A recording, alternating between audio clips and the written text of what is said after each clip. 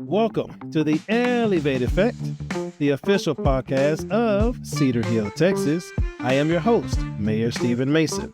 As the highest point from the Red River to the Gulf of Mexico, our thriving city is elevated in more ways than one. We will have great conversations with thought leaders and change makers, answer community questions submitted by you, and share important city happenings.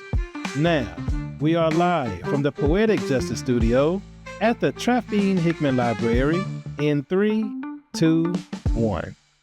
We're driving home. I'm with my daughter. We're driving down the street, and her response was so like, who would do that, Mom? Like, why would they do that? Like, we are trying to do something nice. And so part of me, I'm like angry, like I'm frustrated because I'm like, that's so ridiculous, but I can't let her view life like that, Welcome back, everyone, and thank you for tuning in to this episode of the Elevate Effect. I am your host, Mayor Stephen Mason. As a Cedar Hill native, I cannot wait to jump into today's conversation about what makes our city a great place to live and raise a family. From our top-rated schools to our overwhelming neighborhoods and countless community activities, I am so proud of what Cedar Hill has to offer to our residents. Joining me today are two special guests with a unique and important perspective on family life here in Cedar Hill. Dr. Trevena Nelson is the principal of Plummer Elementary School and a proud mom of 2 Cedar Hill High School graduates. She is at the forefront of our schools and community shape young minds. Also joining us is Franchesca Alvarado, a local realtor, pastor, and mom who is deeply involved in our community. Franchesca knows what makes our neighborhood special and why families love to call Cedar Hill home. So tell me, do you have a favorite memory, whether it's either you personally or you and with your family? Yeah. So I think we have tons of memories that we're making out here. I'm so grateful for. One of them is at the Audubon, like taking my children out there and doing it like a mile hike with them. We just let them take off their shoes and put your feet in the water and like reading like off of the poster board of what different birds you'll see out here and just educating them on what they'll see. And like, I don't know, it's like a memory in my mind that I won't ever forget because their joy, like we just creating like, it's something so simple, but like we'll always remember it. And they remember it too. Like we still do things like that, but they were so young, when we first moved out here and just putting their little feet in the water. They were so excited about that. It's the simple thing. Yeah, it really is. It is. Mm-hmm. Nice. Dr. Nelson? Yes, I have lots of memories. But when my kids were young, we used to love the Keep Cedar Hill Beautiful Cleanup Project. And we had some really great memories where I would incorporate my own family along with the families of the school where I worked at the time and come out and just clean up and really just take pride in our community. And we'd also would partner with the city because the code enforcement department would come into the school and they would talk to the students before the cleanup project to kind of put it into perspective and why is it so important to take care of our city. And so they would do that, come into the schools, and then we would go out and serve in the community. So that's a memory, but we have lots, we have from the Country Day on the Hill, the Scare on the Square. We have lots of memories. Nice.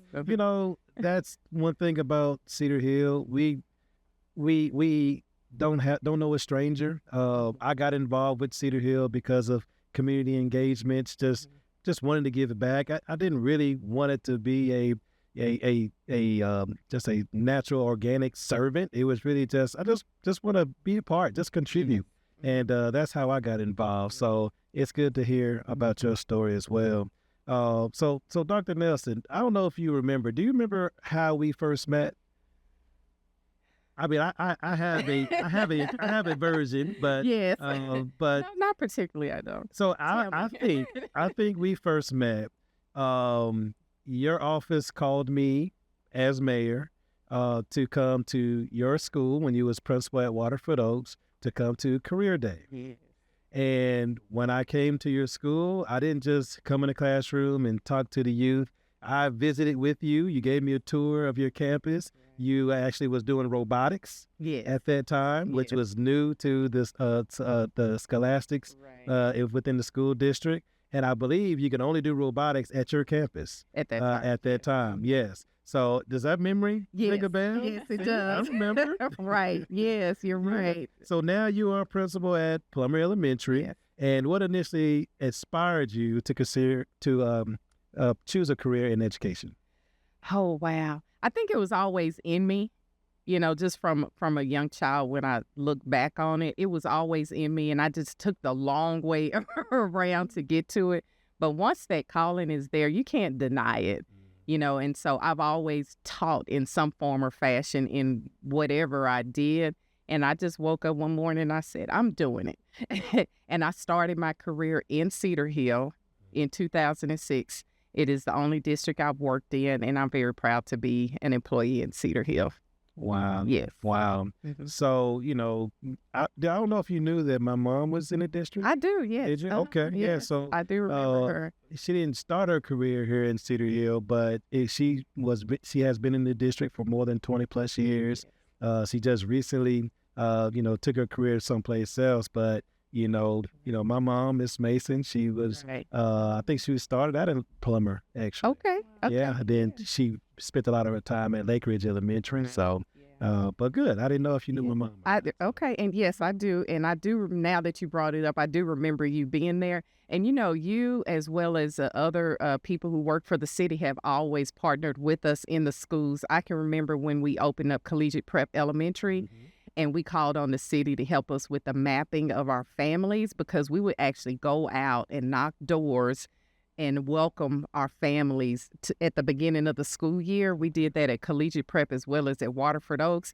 And you all helped us with making that a manageable task, grouping it together. So we had our little zones, and so you all have always worked with us, and I appreciate that. Wow. Mm-hmm. Wow. Well, that's good to know. We want to be a partner, obviously, with the school district. I am a graduate also of the school district. Mm-hmm. So it's good to know that organically we still do that. Right. You have seen many students grow and thrive in Cedar Hill schools. What do you think sets Cedar Hill public school experience apart from others? We offer a lot of programs in the district that cater to the various interests of our students, ranging from STEM to different CTE opportunities such as law enforcement, ROTC, firefighter. We have a firefighter academy at the high school. We have our collegiate prep, collegiate academy program for those that want to that are interested in going along that pathway to earn their degree. We have that. So we have fine arts, which is an amazing program as well. So we offer a lot in the program. Where else can you just have this wide variety of choices? And if you're not sure about what you want to do, try it. It's here. We have an amazing band, dance, athletics. I mean, I can just go on and on with what we have to offer. And there is no other place that I can think of that can match that. I love that. Yes. Mm-hmm. I love that. Fancy. Yeah. You just launched, I think it's your second annual back to school rally. You had a lot of vendors there. You had some police and the city support as well for your event. Can you tell us what all vendors was there, the programs? What ultimately was your goal for back to school for this year? Yeah, I feel, the goal is really to be able to cover our children, cover them, encourage them. I feel like they face a lot of things in this day and age that we necessarily didn't when we were younger. And there's just a lot of things that they face in schools. And we just wanted to be able to have a place where they can come and we could bless them with these items, but ultimately pray over them and cover them in prayer. And having the event was so special because the children, can come and they had fun with their families. And we had some bounce houses out. With Tiz Party. She's amazing. She's always bringing us our bounce houses and water slides. And We had my daughter, she rents out her popcorn machine. So we hired her for the event. I have to pay. So I hired her. Daughter, entrepreneur. Wait a minute. You don't seem like you have an adult daughter. So you want to kind of expound on that? Yeah, she's 12 years old. Okay. And she just has that mind. My husband and myself are just entrepreneurs at heart. Like, we're always working or starting something, and we encourage all of our children to do that as well. And so she saved her money and found a popcorn machine on Facebook Marketplace. And was like, I want to buy that, and I want to sell like popcorn and rent it out. She has a little snow cone machine that she's been working on, and she recently bought a bigger snow cone machine to be able to rent that out as well. So I'm really proud of her. Like, I could talk a lot about her. Well, that's great. So if you're sensing this evangelistic spirit coming from Miss Franchesca, well, you know, she's given her life to faith and try to give back to the community. Her and her husband is pastoring Hillside Church. Yes. And if you kind of want to tell us a little bit about that, I mean, that's where the back to school rally was held, but kind of could tell us a little bit more. Yeah. So Hillside Church, we've been pastoring for about 6 years now. We were youth pastors for about 8. And the Lord had really put it in our hearts, probably like 5 years into youth pastoring, but we were like, no, you know, you're trying to fight that.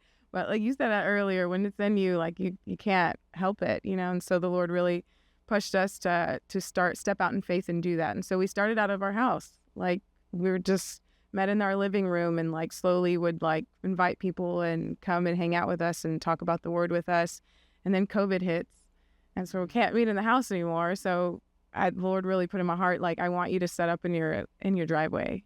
And I fought it. I'm like, that's so embarrassing. I don't want to set up in my driveway.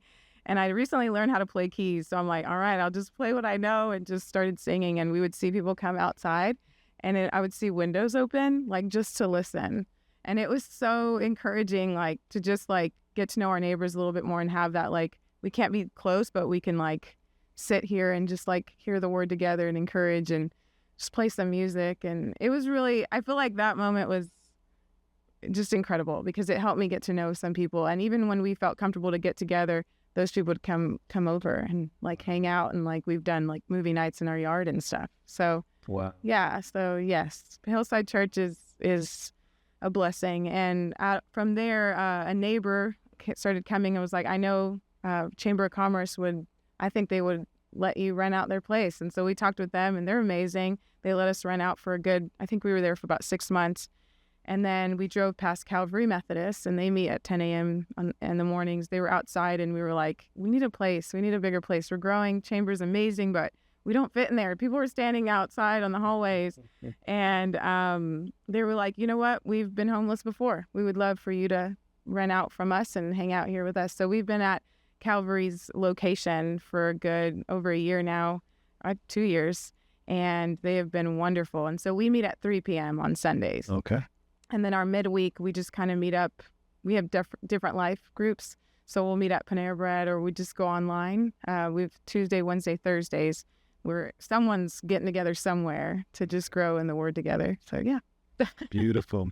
You know, it's, the elevator effect, right? I mean, you have a passion. I don't know how I'm going to get started. Yeah. And you figure out a way, and look at you 6 years later. I mean, you still going strong. Look forward to see what more you could be able to have to contribute to our city. Dr. Nelson, you have had, so much success that you have had here in Cedar Hill, but on a personal journey, you actually stepped outside the box. You wrote some stuff down, and all of a sudden it turned into something special. I'm trying to give, give it to you and give you an assist for you to be able to lift up what I'm teasing the audience with.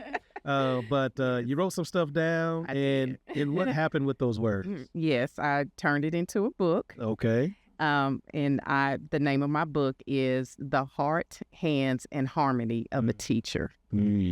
Because, and like you said, I had some thoughts, some experiences. I wrote them down in the book. The life that we live, it's a life of service to our families, to our students, to the community. And it is an honorable profession. And, like I said, it was in me from a very young age. I'm very fulfilled in what I do. And so the charge or the challenge for myself is to bless other people through my experiences. So when I wrote the book, I wrote it with a new teacher in mind. However, it really applies to anybody, not just a new teacher, but also to an experienced teacher, any educator. And also I've had people in other industries to use my book as a book study as well. So like in the professional field, in business and other fields as well. So it really has expanded to other professions as well. But I wrote it with the new teacher in mind because we need teachers. We need good teachers. We need to support them so that they can stay in the field and ultimately bless our students, which ultimately blesses the community. So nice. Yes. And was there a reason behind the title? I mean, how did you come up with? Well, what I looked at is it's just a recurring theme that came through. So the heart of the teacher talks about the love that we have for our students and for the work that we do. And then the hands has to do with the work because you have to have both. Mm-hmm. So we love our students that we work with.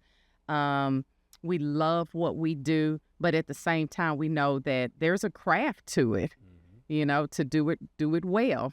And so the hands, that talks about that work. Okay. And then the harmony has to do with just us as individuals overall in the balance of life, so that we can be happy and healthy so that we can serve our students and serve our community. So that's the harmony part of it. I love that. Yes. And if anyone is interested to get this book? It is available on Amazon. Okay. Yes, The Heart, Hands, and Harmony of a Teacher. And the author is? The author is Trevena Nelson, Dr. Trevena Nelson. Yeah, I got to put doctor on. That's right.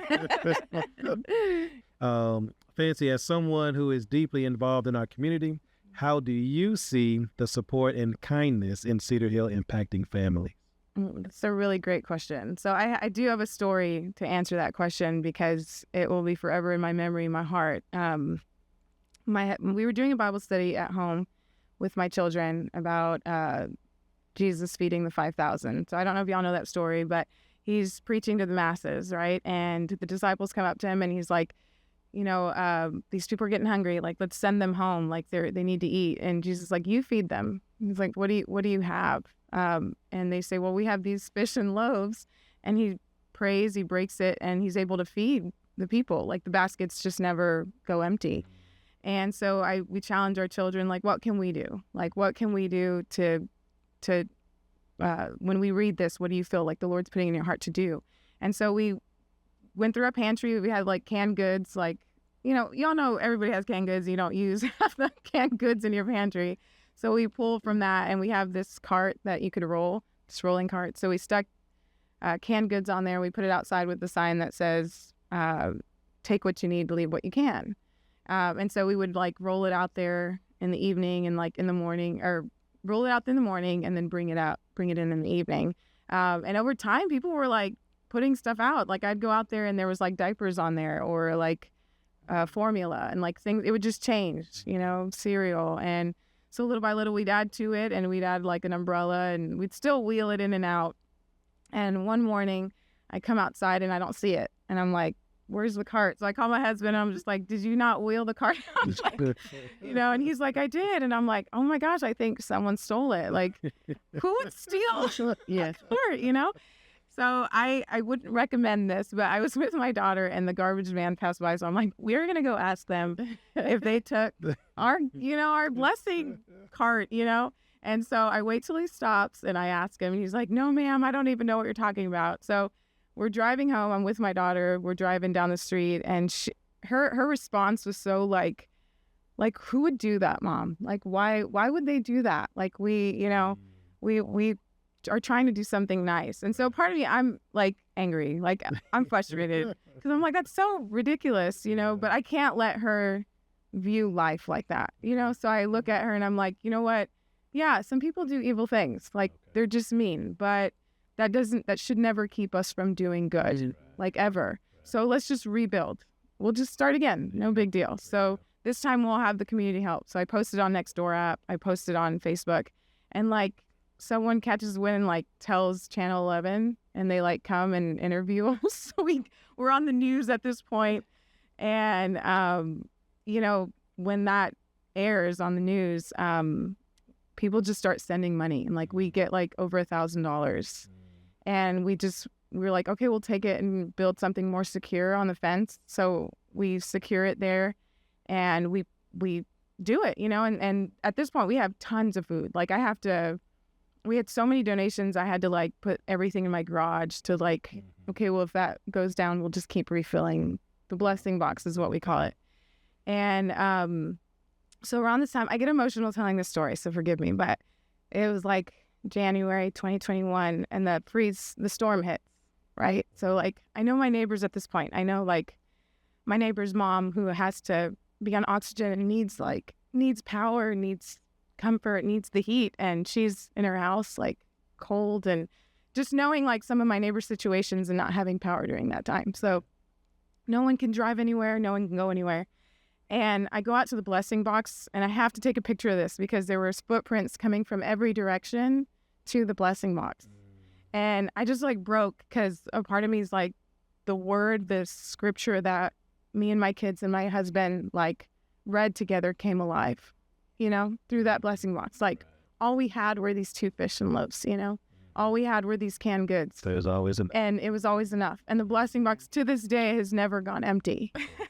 You know, that really moves me. I've heard about the blessing box. I don't know if I actually heard that version of it. So I'm glad we was able to record that and have it for, you know, anyone who's listening. Yeah. You never know how far this can reach, right? Yeah. So I'm hoping if there's anyone in need, we have a place that they can go, or maybe you can actually start something in other communities for them to be able to have a blessing box as well to help others. I tell you, you know, it takes a whole community in order for us to be able to, you know, keep things to progress and move forward.